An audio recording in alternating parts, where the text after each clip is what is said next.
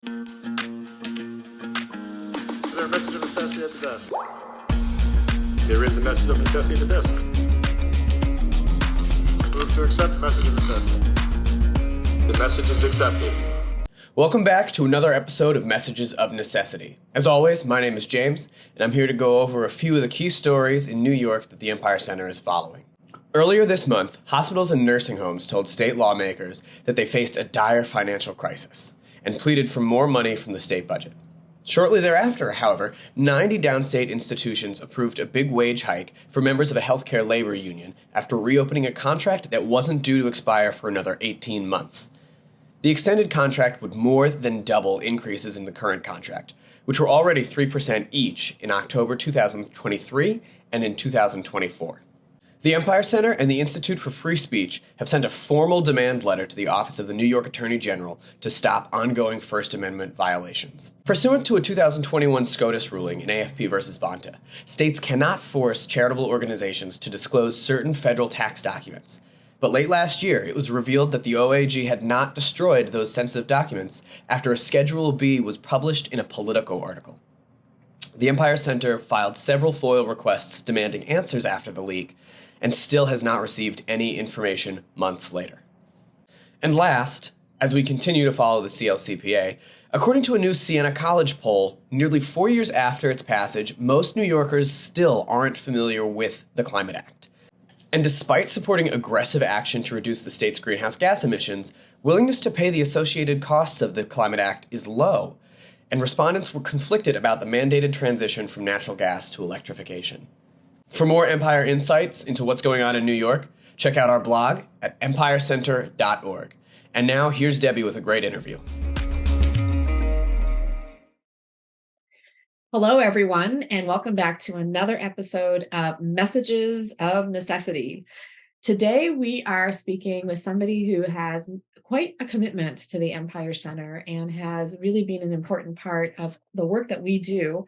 And his name is Frank Suits Jr., and Frank is the chairman of a 101-year-old company. He is not 101 years old, but the company is 101 years old.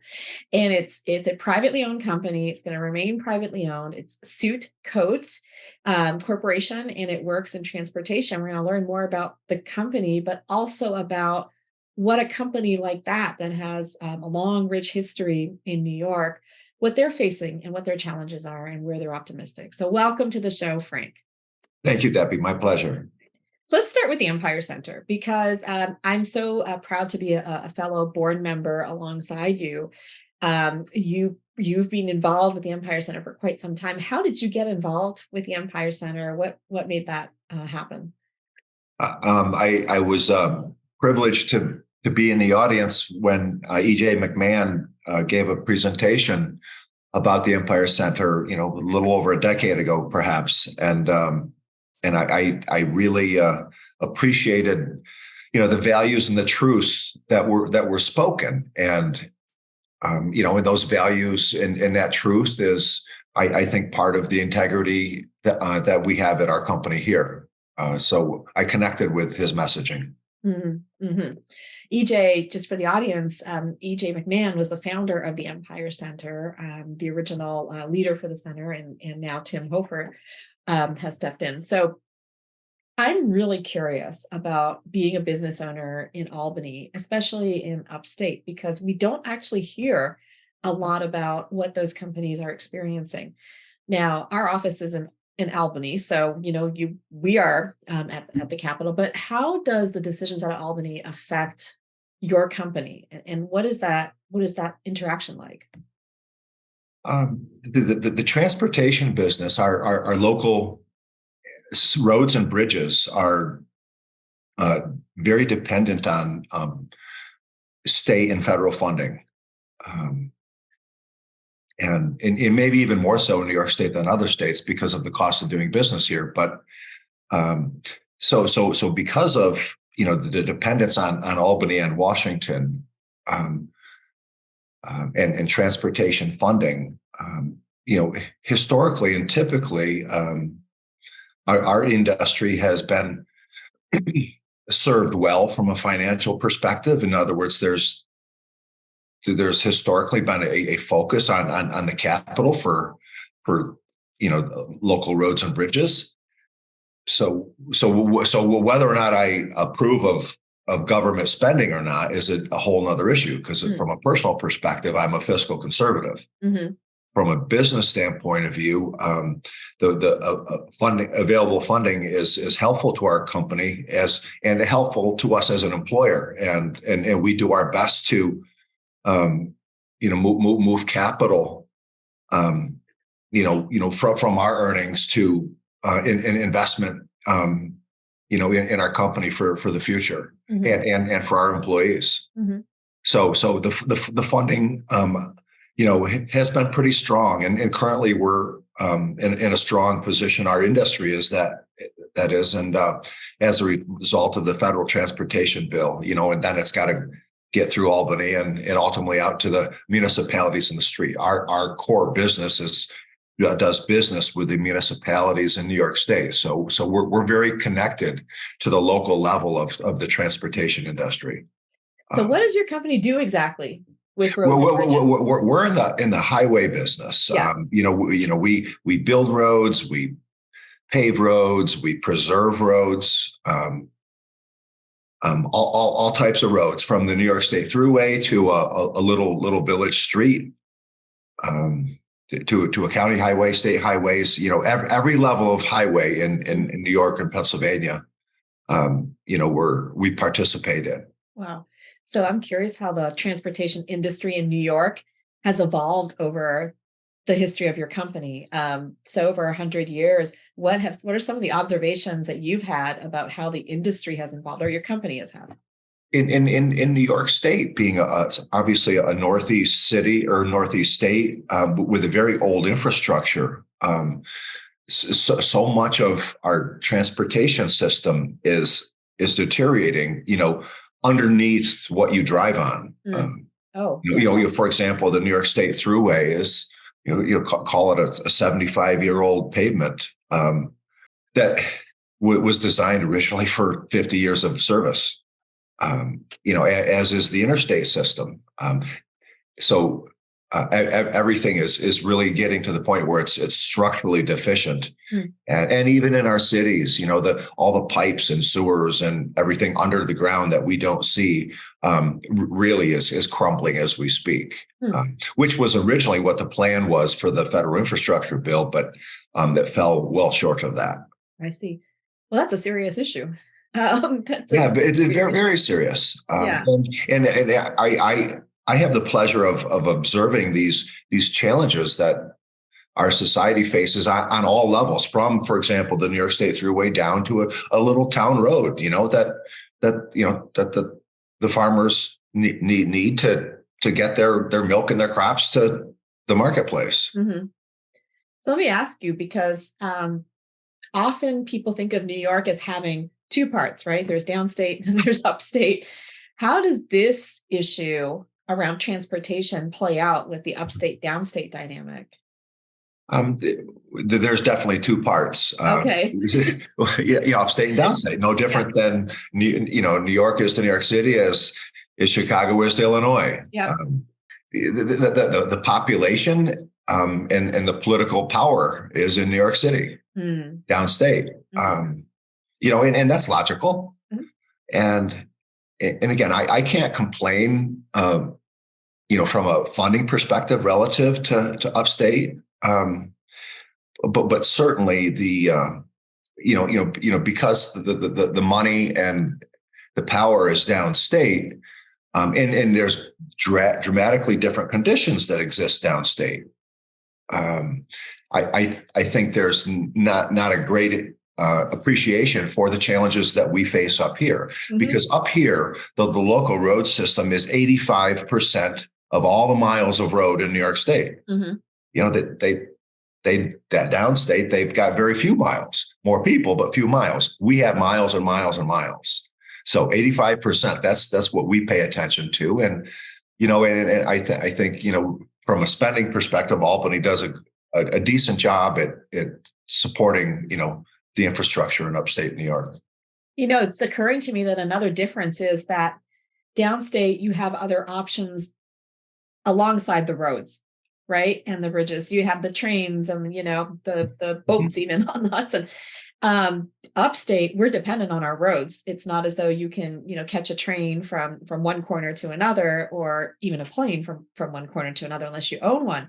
So we are dependent on the roads upstate. That's also we sure are. I think there are lifeblood. Without them, how do we get around? How do we get from point A to point B? How does how does commerce occur? Yeah. How do we get our food? How do we get our food to the grocery store? I mean, right. It's basic. Right. So if you had, there are lots of people who talk about the business climate in New York as being particularly rough, compared to other states. What would you do to improve that business climate? I mean, what are some of the ideas or suggestions if you had the power? What would you do to improve the business climate? If I had the power and the authority, just do it. Yeah, I would attempt to reduce regulation and try to make it more common sense. Mm-hmm. And the reason I phrase it that way, and I'm supportive of logical, smart regulation, very supportive. Mm-hmm. I think as a society we need that. We need law and order, mm-hmm. but in our field, since we do business with every level of government from an infrastructure perspective, any regulation that our industry realizes, from Albany or New York City, increase our cost. Mm-hmm. Whether it's labor, materials, environmental, all the above.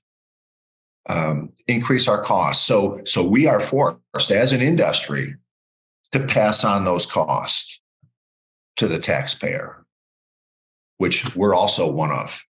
Right. And that's what's incredibly frustrating to me is, our industry keeps getting more and more expensive to its customer, which is ourselves. Yeah. So it's a spiral that just keeps going down and down and down. And that's what's truly disturbing to me. So, mm-hmm. so I would be supportive and implement all the smart regulation I could.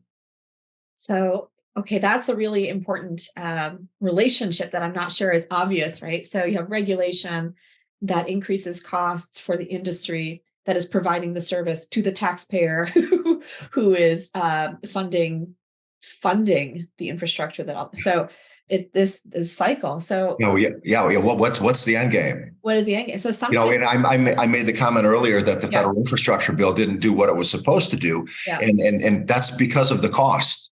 That's because of the cost. And then you add inflation to that. Yeah. But it's the cost of doing business. Wow.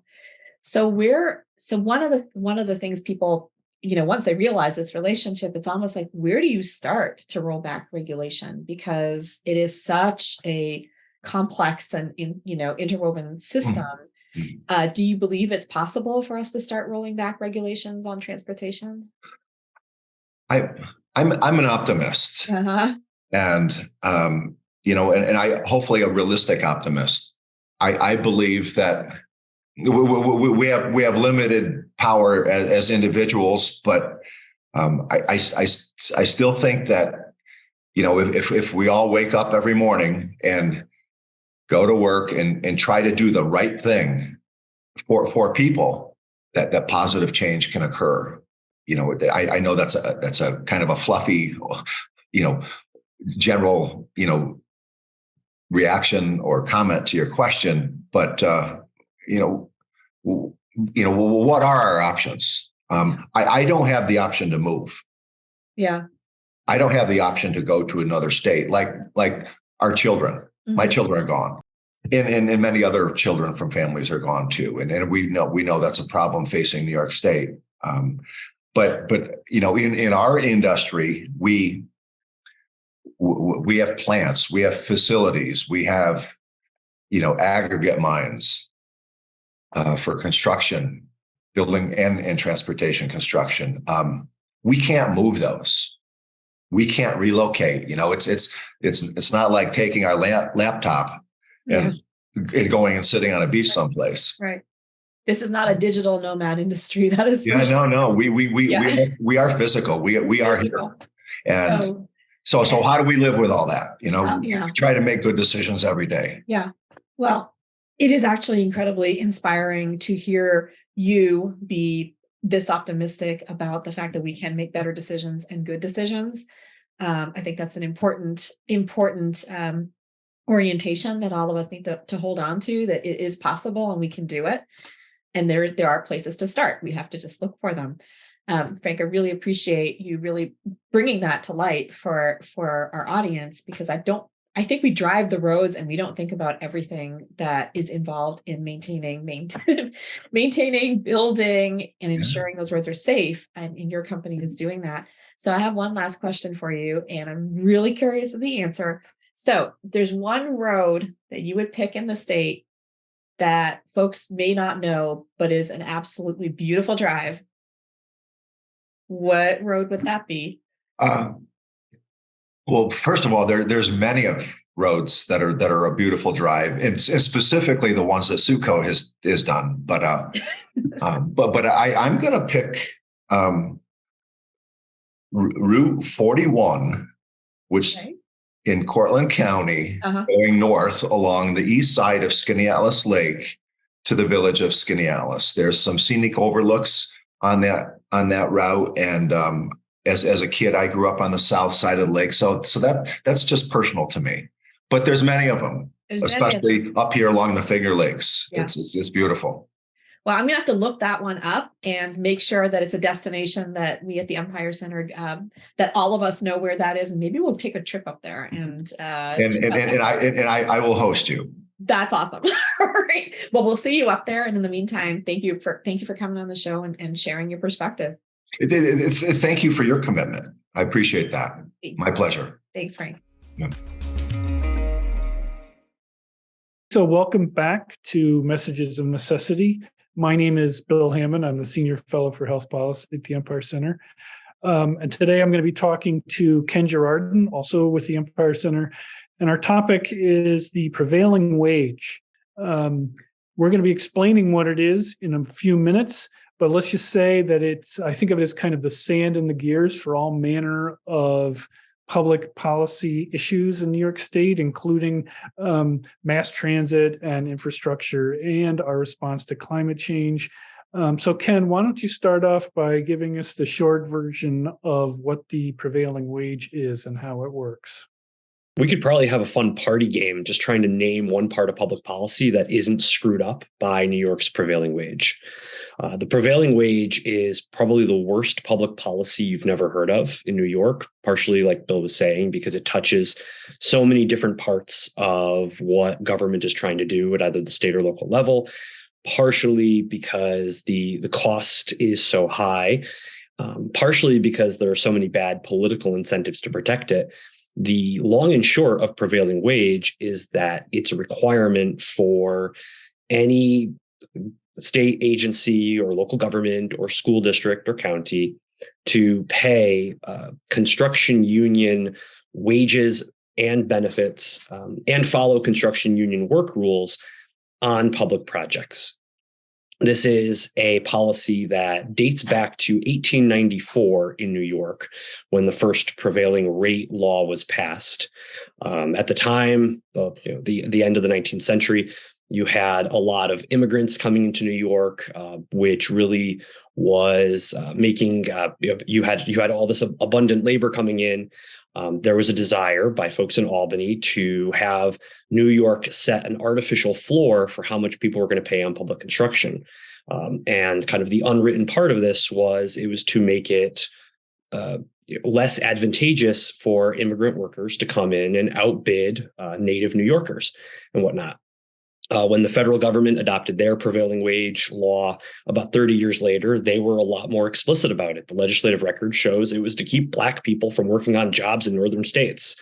The federal prevailing wage law was written by a Long Island congressman who had a district where folks were upset that people had come from the South to build a veterans hospital there. So this is something where the state has deliberately increased the cost of construction. Now, the way that the prevailing wage, which is calculated, is the state is supposed to do a census of the workers in every region of the state and every trade. So carpenters, plumbers, laborers. The state's supposed to go out there, do a census, find out what most of them are getting paid, and say that any public employer who's doing any kind of work on this must pay above this rate. So if you're doing a school renovation and you have carpenters working in there, you are supposed to, this is ostensibly to make sure that you are paying your carpenters what the standard rate for carpenters is in your area. Unfortunately for us in New York, the state hasn't actually done a census in more than 40 years. And instead, the way the state of New York sets the prevailing rate, the prevailing wage, is by copying and pasting the terms from construction union contracts. Now, in theory, this would be okay if the construction unions represented the lion's share of workers in every trade in every part of the state. The problem is they don't. We have federal data showing that the construction unions on the whole only represent 30% or so of all construction workers in New York.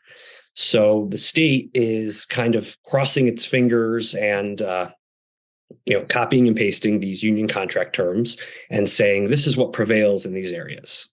So I want to jump in here for a second, because this is an area where there's a big difference between the federal prevailing wage and the state. The federal government also has a law like this, and it basically means that when let's say you're building a bridge and you go out to construction firms and you say, give us your proposal for how much this bridge is going to cost. If it was a private citizen who was doing it, they could pick the cheapest one. But the federal government and the state both say, no, you have to pay union wages. The definition of a prevailing wage at the federal level is the wage that applies to at least 50% of the population. Is that correct? The definition of prevailing, the word prevailing in New York is what? On paper, it is 30%. You are saying that 30% of folks in this trade, in this area, are represented by a union. So we're going to use that union's contract. So right away, the word prevailing is kind of misleading, because under the federal system, it has to at least be half of the workers are making that level. In New York, the majority of workers can be making a different wage, but the state still imposes the higher wage regardless. And the other half of the phrase prevailing wage is the word wage. This law doesn't just apply to wages, does it? It does not. In fact, when we say prevailing wage in New York, what we actually are doing is not just promising to copy the pay rates from union contracts, but also the benefit levels. So there is something called a supplemental rate that workers have to be paid. And for a lot of construction unions, these are these really inflated healthcare and pension contribution rates that are bailing out underfunded plans. So you can be paying someone underfunded pension plans, underfunded pension and healthcare plans. Yes, where on top of their hourly rate, you are for their wage, you're paying sometimes more than $30 per hour work into their pension and benefit system. And then on top of that benefit stuff, you're having to comply with the union's rules for how many apprentices can be on the jobs. When does time and a half have to be paid? When does double time have to be paid? I once saw rules for paying quadruple time in a prevailing wage schedule, and this wasn't something that was this wasn't some kind of common practice in New York, where it was the custom among 51% of people in a region in a particular trade. It was something that was worked out in a union contract. How much difference what's the difference between the prevailing wage and benefits, et cetera, versus what you would pay if you weren't under the prevailing wage law? Do we have information on how much difference it makes in terms of dollars and cents?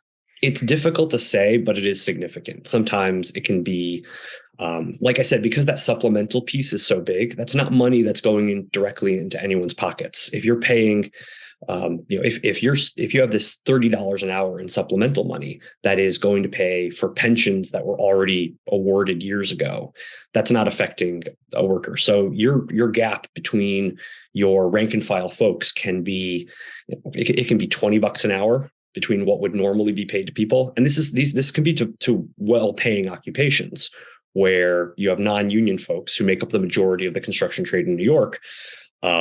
Comparing what they would get on a normal job with prevailing wage.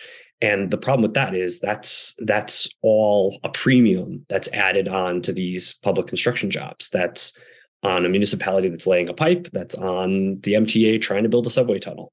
They are having to pay this inflated rate. Do we have a rule of thumb for how much it adds to the cost of a project percentage-wise? The Empire Center in 2017 did a great report. E.J. McMahon and Ken Gardner found that they estimated that it added 13 to 25% to the cost of constructing a building, and depending on where you were in the state.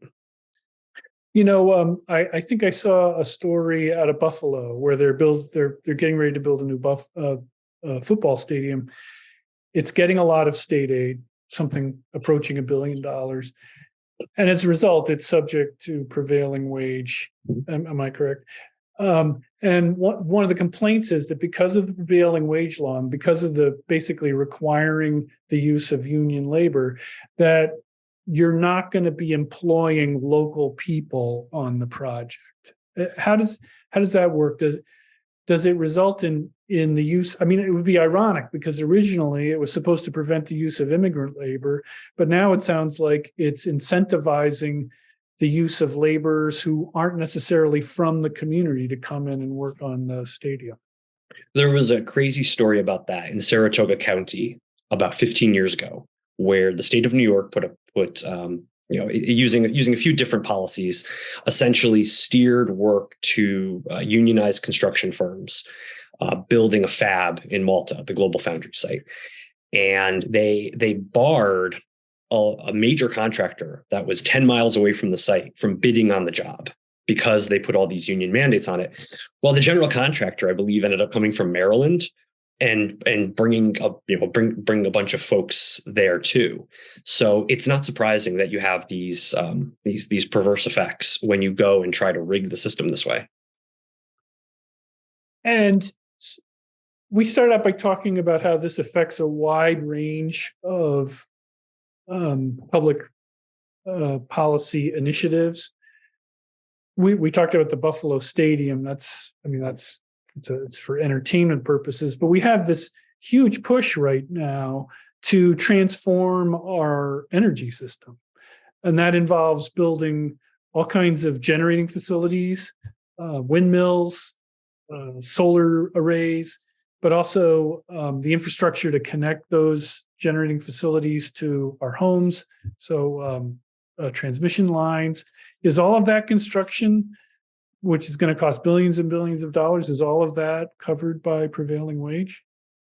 With few exceptions, yes. What this means is that the prevailing wage law is going to make New York's energy transition to a low carbon or carbon-free economy go slower and cost more. And there's like an opportunity cost, right? Because if you're building a windmill farm and it's supposed to cost, like, you have $10 billion to build windmills, and you put in a prevailing wage law that adds 20% to the cost of the project. That means you're getting 20% fewer windmills for your $10 billion, more or less. Can you talk about the politics of this? Why would the state routinely add 18 to 25% to the cost of not only its own projects, but also the projects like energy transition that it's trying to encourage? Like I was saying before, there's no public benefit from having the prevailing wage. There's none. The only people who benefit from this are are New York's politically wired construction unions. And the way that they are protected under this system is that the state labor commissioner, right now it's Roberta Reardon. She's not the first person to do this, but she's been there for several years. Roberta Reardon makes the conscious decision to set the prevailing wage equal to the construction union wages and benefit levels and work rules. They make a conscious choice to ignore census data, to ignore federal payroll data, and just make these blanket declarations. Yes, we deem every trade in every part of the state to represent 30% of the people working in those trades in those regions. It is something that is not borne out by the data. And the incentive to do it is you're steering work to a politically wired constituency. And there is no official downside, chiefly because people don't understand prevailing wage. If this cost maybe 10 times as much as it did, people might wake up to it. But just the fact that you're hitting projects with maybe, it depends, but 10 to 20% of a cost premium, people don't really wise up to that, especially not in a state that spends as much as New York does. So I remember the first time I read one of EJ McMahon's reports about this. I remember my jaw kept dropping lower and lower because I remember thinking, okay, the federal government, the word prevailing, the idea of 50% of workers being in a particular wage category, that almost sounds like prevailing. And so you're saying we don't want to be bottom feeders here. We want to pay the normal rate, maybe at the high end of the normal rate. New York State doesn't do it that way. They set the target at 30%. In other words, only 30% of people have to be making that wage. But then they ignore the 30% threshold because we have evidence that in parts of the state, unionization rates are way below 30%. And so in those areas, the prevailing wage probably shouldn't even apply. Right. Is that correct? Correct. Absolutely. And then the next thing they do is, as you say, they take the contract language instead of doing the census. And then my favorite thing is that when we submit freedom of information requests, asking them to share the basis for the wages that they have established, what happens? It depends. I've made multiple attempts to get my arms around this. This year was the most fruitful. Instead of being told, no, we can't, the Labor Department has surrendered north of 10,000 pages of records. And the problem there is, so far, looking at these records, none of them reflect any of these unions representing more than 30% of workers in an area. They're just turning over every contract that they seem to have looked at in the past 10 years. But if I could single out one really bad actor, it's one thing for the Labor Department to do this because they've been doing this for so long. It's one thing for the governor not to want to upset a political constituency. She should, but I understand her not wanting to do that. The really, really bad actors in all of this are the state lawmakers who kvetch endlessly about unfunded mandates. They are so upset about unfunded mandates, and they never really seem to want to talk about prevailing wage. Again, because it serves a political constituency. They don't want to be tagged as anti-union. They don't want to be accused of being against local jobs. But all these folks who want to complain about every document that has to be filed in triplicate as an unfunded mandate, or every instance where someone has to do something ministerial at Albany's behest, they want to complain about that. But something that makes it, something that essentially makes them pay 10 to 20% more for pipes, for roads, for buildings. They seem to really have clammed up on it. So I would single them out for special criticism here on this policy. That has been a great discussion. Thank you very much, Ken. And that is our podcast for today. Thank you for joining us. Be sure to give us a review and subscribe at empirecenter.org. For more news and analysis, visit our website and sign up for email updates at empirecenter.org. Follow us on Twitter, Facebook, and LinkedIn at Empire Center.